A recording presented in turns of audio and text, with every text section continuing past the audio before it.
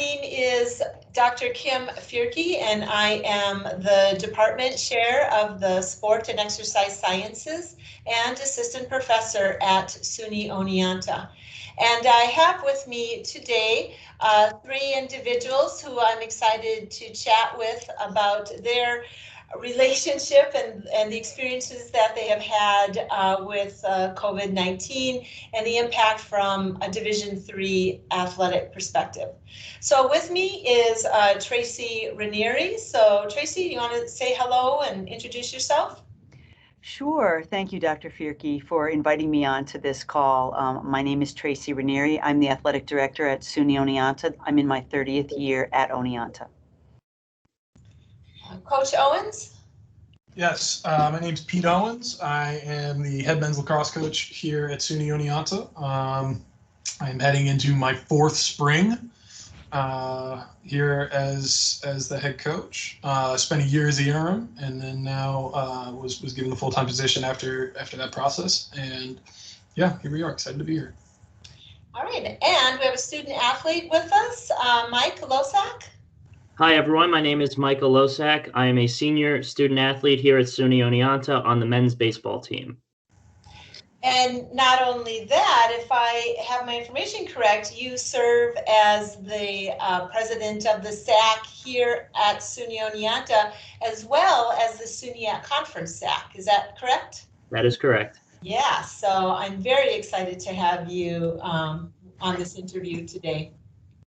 All right, so let's just jump in and Tracy, I'm going to direct this first one to you, but others, please feel free to step in. So, in the totality of everything, right? How has this virus changed you in respect to your job and your day to day and how this looks now compared to a year ago? I don't know if I can put it into words. I think we'll all struggle a little bit with that, but I do feel grateful. I feel grateful because I feel that there are a lot of things that have happened that have come from this that have helped me to really understand people, get closer to people, not only grow my empathy, but also my resilience from a personal perspective. In my role as a leader for the department. And, in respect to the job, here at Oneonta, we've been asked to a really big lift to help the college through the testing center and to support that. And we couldn't say no to that as a department. And so I'm very, very grateful to have such an incredible staff that were willing to say, I hear you. It's not my favorite thing. I'm going to do it because we love Oneonta. And we know that by doing this, we're going to serve our students. And so at the end of the day, to me, that's really come through shining as a shining example of how much we love Oneonta. Yeah, thank you. Coach Owens, can you talk about how you think what do you think has been your responsibility to the team during this pandemic? So, as a coach and not being able to be, out on the field. Sure. Well, it's a great question. I suppose it's a matter of perspective. My perspective has not changed really at all as far as what I view my role with the team.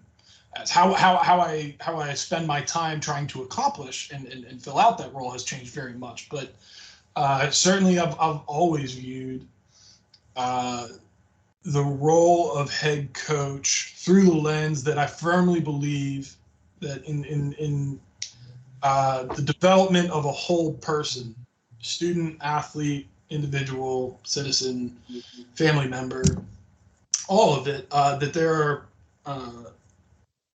there are few positions as influential as a coach.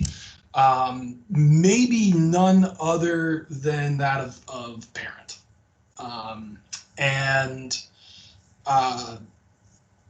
So that's where that's where I start on my perspective of what I view the team as, or view my role on the team as. And how I went about doing that or how I have gone and continue to go about doing that through this virus, you hear it all the time, but it's communication. These are it is just this ever shifting landscape. And you've got to be, I think the words that come to mind are going to be, you got to be flexible, you got to be able to adapt and roll with the punches. All of those things are really important, but they're always informed by communication. And so I would say that the number one thing that I've tried to do is just be an open book with what I know the situation to be with my team. And then after that, or really effectively communicate what I know with them. And then after that, it's about being a presence in their life, however you possibly can, in whatever way that they will have you. And so not everybody, we have a big team, 45. Not everybody on our team wants me to call them once a week, right? But some of them do, right? And figuring out who's who and what their individual needs are. Those two things, communicating and treating everybody as an individual as far as the kind of support that they need. Yeah, I think that's all really important. So thank you for that. Michael, can you tell us about what are some of the interesting discoveries that you have made about yourself or your teammates during this virus time? Ooh, that's it's a tough question to answer, but I will do my best. So when we were in Florida, my team, when our season was canceled, we had just finished a game, and coach called us all back to the stadium to tell us that our seasons have been canceled and that we'll be going home once we get back to Oneonta. There was a lot of emotions running high, and that was kind of just not what we were expecting. But we took it, and a lot of us dealt with it silently. Some of us dealt with it out in the open. Me, for one, I'm a person who struggles with my mental health sometimes in situations where I don't want to talk about it. And this, over the past year, I struggled a lot in the beginning. I lost my motivation to play baseball, to work out, to even at some points take care of myself on a daily basis. And I know that may sound extreme, but as athletes, we derive our identities from our sport. And when that's just ripped away from you with no resolution in sight, it hurts a lot. But then, as some of my teammates reached out, we all talk to each other almost on a daily basis. We talked to each other. We started doing little exercises just on our own, and that started to bring back my motivation for it. And then things really started to kick off when we were allowed to play summer baseball. That was really cool. It was a completely different experience. And, only a certain amount of people in the dugout, limited number of fans. I can't shake the other team's hands, all crazy stuff like that. The umpire being behind the pitcher's mound and not behind home plate. But no, playing this past summer really kick-started my motivation and my mental perspective of what was going on. And, now back up in Oneonta, I've been doing it since November, but now I'm seeing in the gyms in town, I'm seeing my teammates in there working and getting ready for our season to happen. So it's really nice to see that, everybody's motivation is here, their heads are here, and we're all just excited to play a season, however long it may be. Oh, well said. Well said. So this next question I'll direct to all three of you. So, feel free to jump in.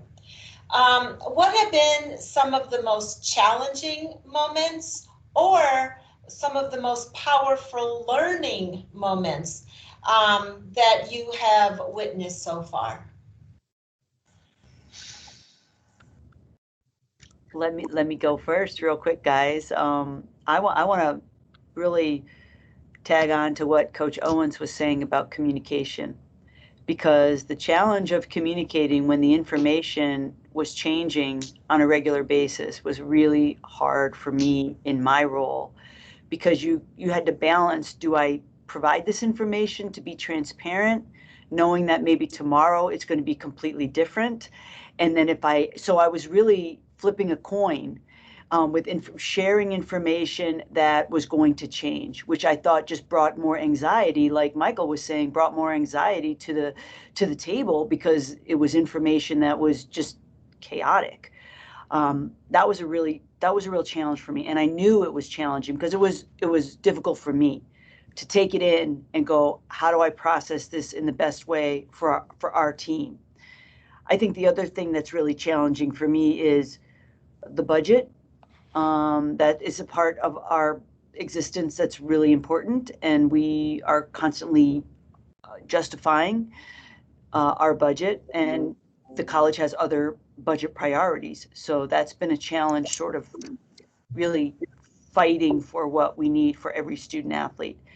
And I'd probably say the last thing for me is the challenge of morale. You have coaches, just like Michael said too, you have coaches who love their sport. They want to coach their sport, and right now they're not doing it. And when you get a whole bunch of people together that are not doing what they love, it can go awry. And for me as well, you want to keep yourself intact, but you also want to be honest about, darn, this isn't my favorite thing right now. How do I bring my best to the table every day? So I think I'm going to touch on a little bit both of what Coach Owens and Tracy had said in communication. Communication has taken a huge step because a lot of people hate technology, and a lot of people from an older generation had to learn to work virtually, do things virtually, pretty much live their whole lives virtually throughout, the months we couldn't do anything. And people love face-to-face interaction in person. I know for me personally, since I serve as the president of both those groups, we're used to having monthly meetings in person. And for the SUNY AXAC group, we have a retreat twice a year, which we have to do virtually. And as Coach Owens said, taking it a day at a time, it kind of allows me in a better way to plan what I need to do in order to prepare for each of these meetings. And a lot more people participate in person than they do virtually. They just listen virtually. So as a leader of the group, it's been a little difficult to get people to participate in the things that, I see for the group and what we're doing. And the main thing I learned is to manage my expectations. And, coming into, I'll talk about my expectations for this spring. This spring, whether we have a season, it's not going to be what it was in the past at all. It's going to be completely different. Practices are going to look different. Games are even going to look different. So my expectation for it is, I'm getting out there. I'm getting on the field. I'm going to do whatever it takes to get out on that field. So that means preparing off the field, doing the right thing, staying safe, staying protected. And, even serving as the president in planning the events that I want to do and planning the meetings, we can't do everything we've done in the past. So it's picking and choosing what are the most important. And I know it's the same for Tracy and Coach Owens too, with planning things, because we can't do everything that we've done. It's a little disheartening and it's a little mentally exhausting having to do that. But at the end of the day, you can't really change it. You just have to, as my coach tells me all the time, since I'm a pitcher, I'm always in my own head. He tells me, control what you can control.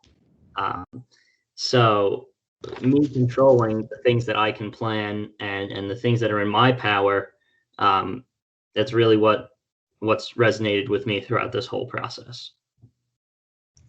Well, all three of you bring such a unique perspective to what is happening across the country from a collegiate athletic standpoint. So I thank you very much for sharing your viewpoints and bringing those forward. Is there any last words that you would like to add?